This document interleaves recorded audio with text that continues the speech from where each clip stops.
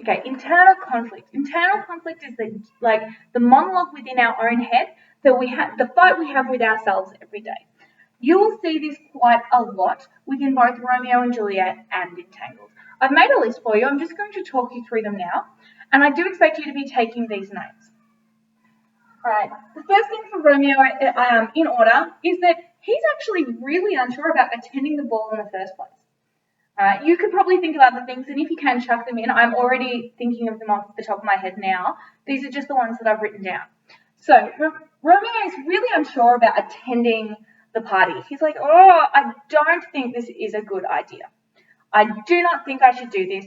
But he's really badgered into it by Mercutio and his friends. So he then goes to the party anyway against his better judgment. This is internal conflict. Juliet also suffers from internal conflict very early on in the piece when she is told for the first time that Romeo is in fact a Montague. Right? This is my only love sprung from my only hate. How can this be possible? How am I meant to love you? Just deny your father and renounce your name. Be what I need you to be because I can't love you. Right? That is a lot of. Tell my dog to shush. That is a lot of internal conflict. Romeo is also really internally conflicted before he's physically before he physically enters a conflict with Tybalt. He's like, no, I can't do this. I have to love you as my own kin. No, I can't fight you. This is an internal battle for Romeo. Then we have Juliet at the end when she's like, oh, do I drink this potion? What if it goes wrong? And here's the list. Remember how I went through all those nitty gritties of what she was afraid of? 13-year-old girl in a tomb, not too thrilled with the idea. She then is internally conflicted and decides to go ahead with it anyway. These are just the dot points of internal conflict moments when they happen. All right. I'm going to be stepping it up now. What I need you to do for each of these is actually give me the outcome. So what I'd like you to do, Pineapple, is write the outcome of each of these 4 events that occur. Then, once you've done that, you'll do the same after I go through the Romeo and Juliet, the Tangled version. Now, Tangled, you'll hear the conflict in the background of my 4-year-old and my husband. In Tangled, Juliet immediately is very conflicted. I'm going to jump to the bottom here. She's conflicted down here because she says, I like being in the tower and so do you. Does she really? Is there actually a level for her where she's conflicted about the fact that she's in the tower? She tries so hard to be a good daughter. She really does. This is internal conflict. We can see a very similar thing with Juliet. She truly is internally conflicted when she realizes that Romeo is a Montague because she actually doesn't want to be a bad daughter. I look to life as looking like love. But she's like, oh, I'll have a look.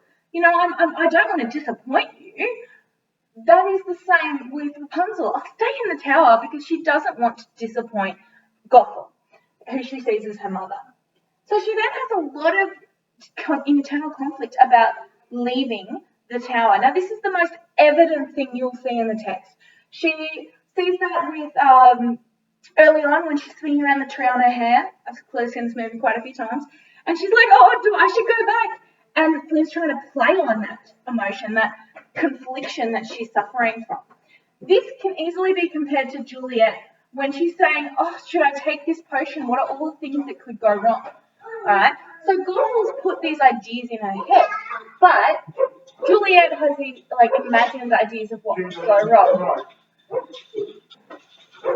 It's about to be a conflict with my children. Sorry about the noise, guys. Romeo also, I've written Rapunzel.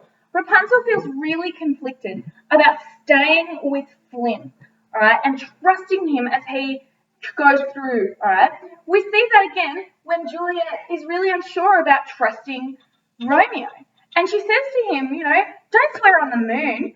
Rapunzel chooses to trust Flynn because she has no other option. Juliet makes the choice to trust Romeo, despite being a Montague and despite the initial proclamation of love.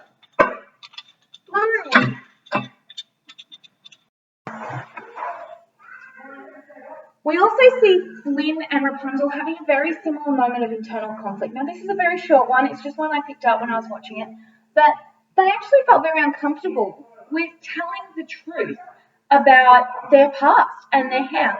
That was a moment of internal conflict before they acknowledged that Flynn acknowledges his name is Eugene and Rapunzel acknowledges that she has hair that glows when she sings.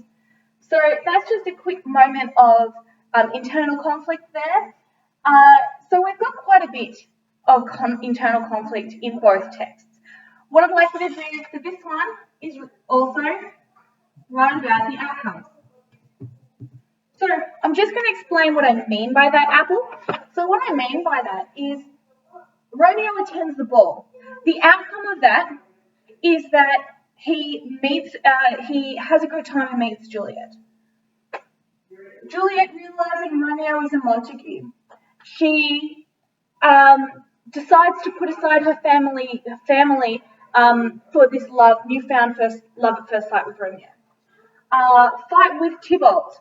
Internal fight with Tybalt. Romeo follows his emotions after the death of Mercutio and fights Tybalt. Juliet drinking the potion, ultimately she chooses to drink the potion. Right? I'm not looking for a whole sequence. I just want sort of like the next step. What is it that they decide? So Romeo is conflicted about attending the ball. He chooses to attend the ball. Rapunzel is conflicted about leaving the tower. She chooses to leave the tower. Right? And it's their choices in a way that we're going to start looking at shortly. So if you could please do that, and then once you've done that, watch the next video about conflict, and we'll go from there.